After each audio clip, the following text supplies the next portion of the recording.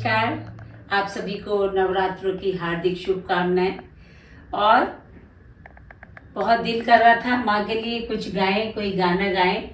मंदिर में तो डेली गान होता ही है। गले बिल्कुल खराब हो गए हैं, लेकिन फिर भी मन कर रहा है गले खराब हो जाएं फिर भी माँ का भजन। आजकल 9 दिन चलेंगे, नवरात्रे हैं। माँ तो सभी के घर आती है, तो जिस घर माँ की ज्योत जले वो द्वार चमके, रेशमी चोले में माँ का हार चले। जिस घर माँ की ज्योत जले वो द्वार चमके, जिस घर माँ की ज्योत जले वो द्वार चमके, रेशमी चोले में माँ का हार चमके, रेशमी चोले में माँ का हार चमके, माँ का मुकुट चमके।